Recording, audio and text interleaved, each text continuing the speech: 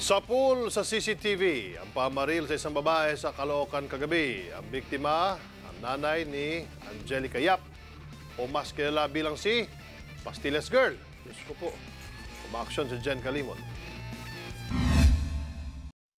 Kuha ang CCTV na ito sa kanto ng Tagaytay at A. Bonifacio Street sa Caloocan City pasado alas 9 kagabi. Sa video, makikita ang paglapit ng isang lalaking naka-jacket at may suot na sombrero sa isang karinderya. Ilang minuto ang lumipas, malapitan nitong binaril sa ulo ang isang babae na kakain lamang sana bago tumakas sakay ng motorsiklo. Kinilala ang 43 anyos na biktimang si Maria Teresa Yap, kagawad sa barangay 127 at ina ni Angelica Yap o mas kilalang si Pastillas Girl. Nadala pa ito sa ospital pero binawian din ng buhay.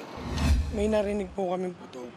Akala namin parang paputok lang po, may nagpaputok lang po na bata. Wala po kaming idea na baril na po yun. Bago mangyari ang pagpaslang, napansin na raw ng ilang residente ang kahinahinalang kilos ng sospek. Sinabi sa akin ng lalaki kung yung mga tambay raw po kung kagawad daw po. Sabi ko naman po hindi po, mga residente lang po yan ng dito rin po sa amin. 2 beses po siya pabalik-balik dun sa bilihan ng inihaw. Sabi niya kasi may siyang hinahanap na tao kasi sabi niya meron akong itutumba. Sabi ko sino? Sabi niya sa secret intelligence ako. Sabi niya ano yun, tulak ng shabu yun, sabi niya. Sabi ko, itulak pa lang siya buhay na mo, punta ka sa sementeryo. Akala ko kasi joke lang yung sinasabi niya talaga eh.